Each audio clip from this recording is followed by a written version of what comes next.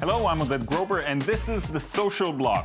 In today's show, we'll take a look back at our best reports and discussions of the last 6 weeks, so let's get started.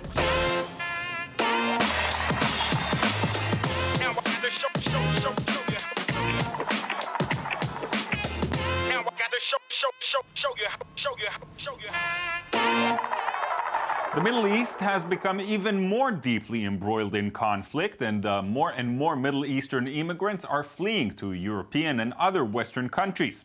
The resulting rise of Islamophobia, coupled with the economic downturn of the last decade, have had an effect on the politics of the Western world.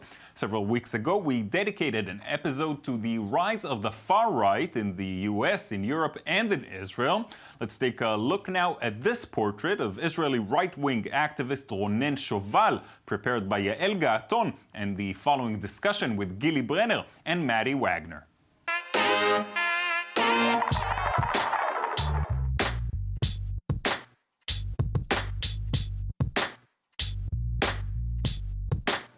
Meet Ronen Shoval. At 34 years old, he is one of the rising figures of Israel's right wing. Born and raised in an affluent suburb of Tel Aviv, early on he realized that achieving financial success was not enough, that for him, self-fulfillment required deeper motivations. It's important to have a nice life. It's great to have a nice life. I love to go to the beach, drink beer and eat ice cream. That's nice, but that's not the purpose of life. In 2006, Shoval founded Im Tirtzu, a starkly nationalistic movement calling on Israel's young people to reclaim responsibility for the Zionist dream and battle Israel's delegitimization. The movement quickly picked up steam, giving the centuries-old ideology a hip new spin.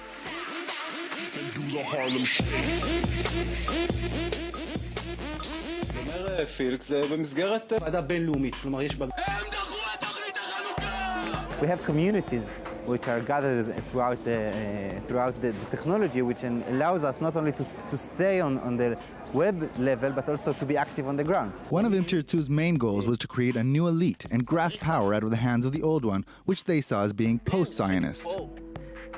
We can see it, part of it in the media. We can see it, part of it in the academia. We can see it, part of it in the culture. We can see it in judicial system. So we can see that small minorities using their power in not democratic way to tell the majority what's wrong and what's right. Shoval and Im Tirtzu are not without their critics. Some have accused the group of being too nationalistic and intolerant of those who disagree with their views.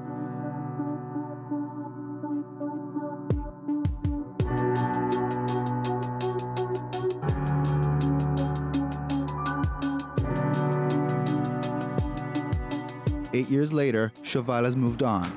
After earning his PhD in political philosophy from the Sorbonne in Paris, today he finds himself in the inner circle of Israeli politics, representing the right-wing Israel Beitenu party as a board member of the World Zionist Organization, one of the oldest and most distinguished Jewish groups.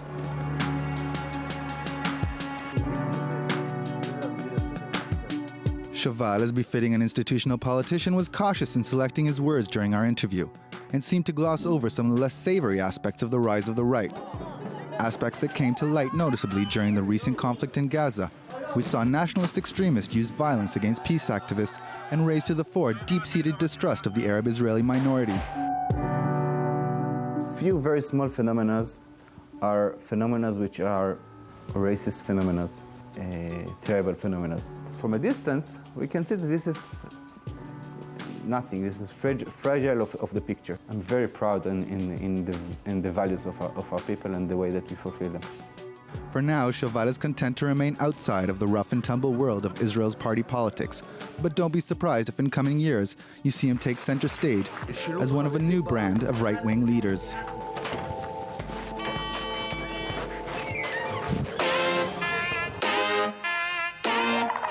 All right, so we saw the situation in Europe. In the US, we have the Tea Party.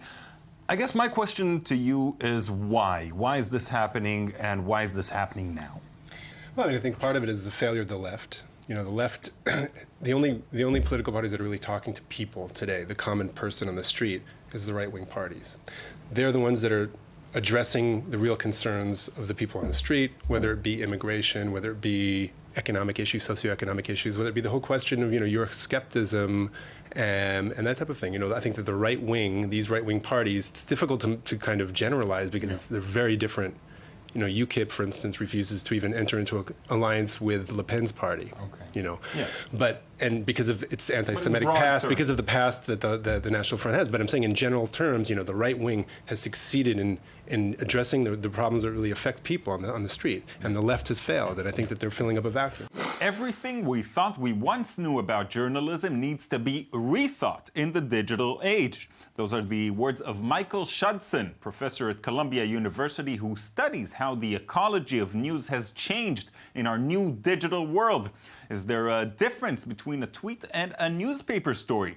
Are amateur journalists any different from professional ones? We discuss these questions and more with our journalist guests, Niv Ellis and Chagai Matar. But first, let's see a portrait by Yael Gaaton of two Israeli alternative news sites.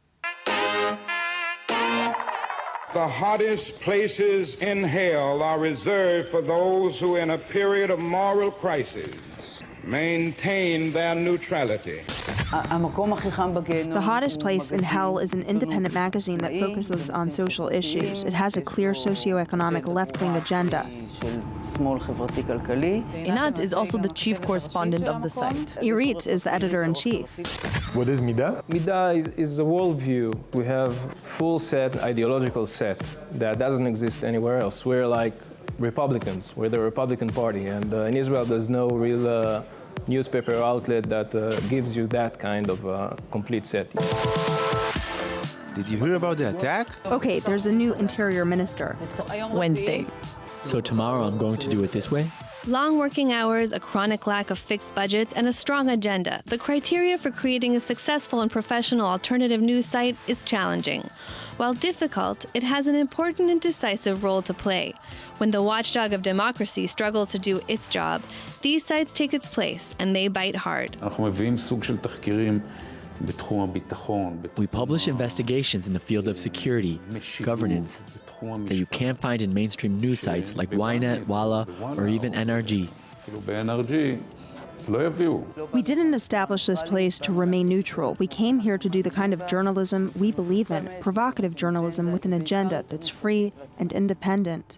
Whether they have a left-wing agenda or right, these alternative sites explore content that can't be found anywhere else.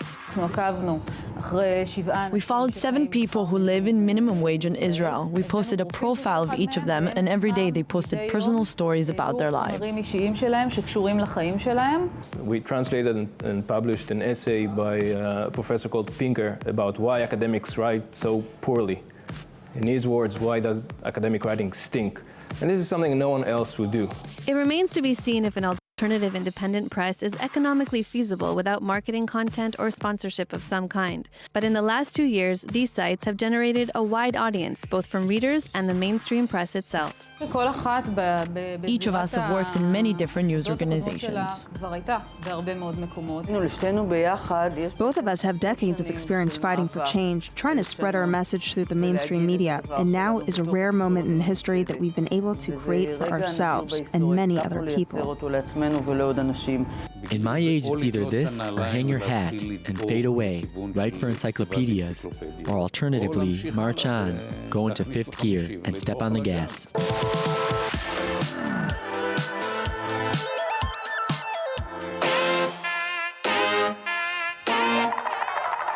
All right, so it's no secret that the mainstream media is struggling these days. Journalism is not such a safe haven. As people who are working in the field, is it really that bad, or is it a little exaggerated? I think that when people say that journalism is dying, then they're exaggerating. Journalism is changing, it's transforming, and it's getting leaner. And the advent of the internet, social media, and a generation of people that are reading their news on the internet instead of getting it from the TV or the newspaper is changing the way that people consume it, and it has to change the way that people write it. So at the end of the day, it's really about finding a new business model and something that can feed it. You know, this has always been the struggle for papers, though. Yeah, but the content also changes. I mean, it's not just the way you present it, it's what you bring to the table and what hidden agendas might be behind it. Definitely. I think the economic crisis, the general crisis and the one in the media specifically, is causing that change because the media is becoming more and more dependent on the capitalist that owns the specific media that you work in. Journalists feel that their work is much more precarious, that they don't know if they'll be there the next month or the following. And when you can be fired at any given moment, you want to kind of adapt to what your boss expects you to do. And the chances of your being critical are, declining. Our last but certainly not least topic of the day is motherhood. In the Western world, motherhood has changed significantly in the past decades, from working part-time to full-time to managing successful careers and the rising demands of modern motherhood. Women are struggling to find balance. We discussed this and more with two career moms, Yafit Cohen and Chen Krupnik, while Yael Gaton went to meet mothers Lauren Ben Shoshan and Adi Oz, who made two very different life choices. Let's take a look. My name is Adi Oz. My name is Lauren Ben Shoshan. I'm 38 years old. 33 years old. I'm editor-in-chief at Magazine. I have 2 sons. I have 4 children, and I'm a stay-at-home mom. I chose to stay at home as opposed to have a career. It was a choice that I did not make lightly, but at the same time, I think it was the right choice for me and for our family. The 1980s brought the highest growth rate in working mothers in the USA in the past 150 years. But in the past decade, there's a new interesting trend. Today, according to the Pew Research Center, moms both work more hours and they also spend more hours a week with their children. Sounds impossible, but this is symbolic of how complicated motherhood has become. The pressure of both having a successful career, not just any job, while being a supermom is greater than ever before.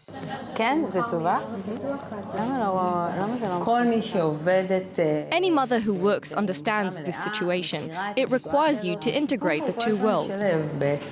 Whether working towards a successful career or excelling at motherhood, women today seem more stressed, guilty, and frustrated than ever before. The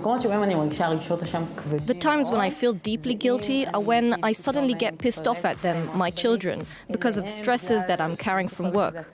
Or if because of work I feel really tired or don't have energy for them. The times when I'm with them, but not really with them because of work, that's when I feel really terrible with myself. It's hard to accept.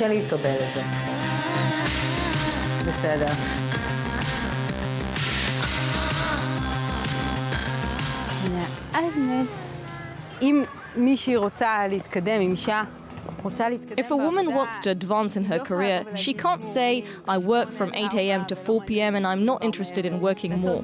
It requires you to work late at night, to multitask, to be at a playground and be able to answer emails or calls, or the work becomes dominant and integrated into your life.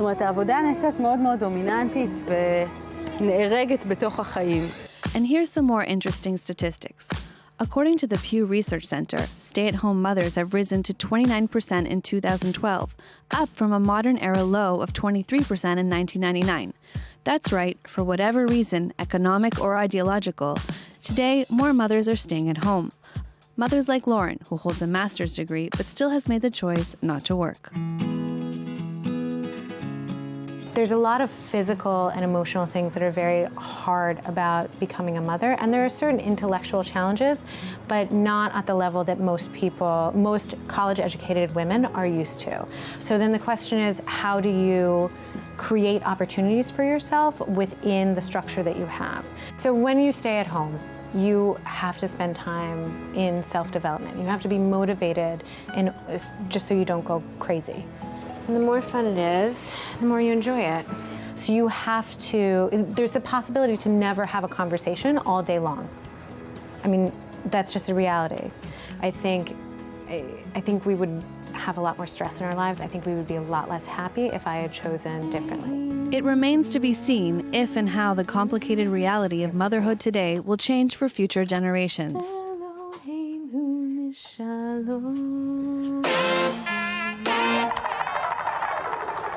All right, so let's begin with the obvious question. Is it even possible to have a career and be a good mom and be satisfied about how you are in both of these fields? Yes. My sentence is what I believe with. No, takes hard work. I believe in being a good enough mother. You cannot be a perfect mother. I do my best. I do everything I can, and I'm a good enough mother. Even if I relate to everything Adi said, because sometimes I'm with them and I'm not really with them. But that's what I have to do to make my career start, and I can't give up my career because that's me. And then I can't be only a mother. I have to do things for myself, and I have to have money. And there's still guilt. There's still something that you have to convince yourself that you're okay. I think the real question here is, what is your definition of successful career, and what is your definition as a woman of good motherhood? And the key, I think, first of all, you have to ask yourself, what is a successful life for you? That's all the time we have for today. Thank you all for watching. You can find all of our past shows on our website, i24news.tv, and I will see you all again next week for another edition of The Social Blog.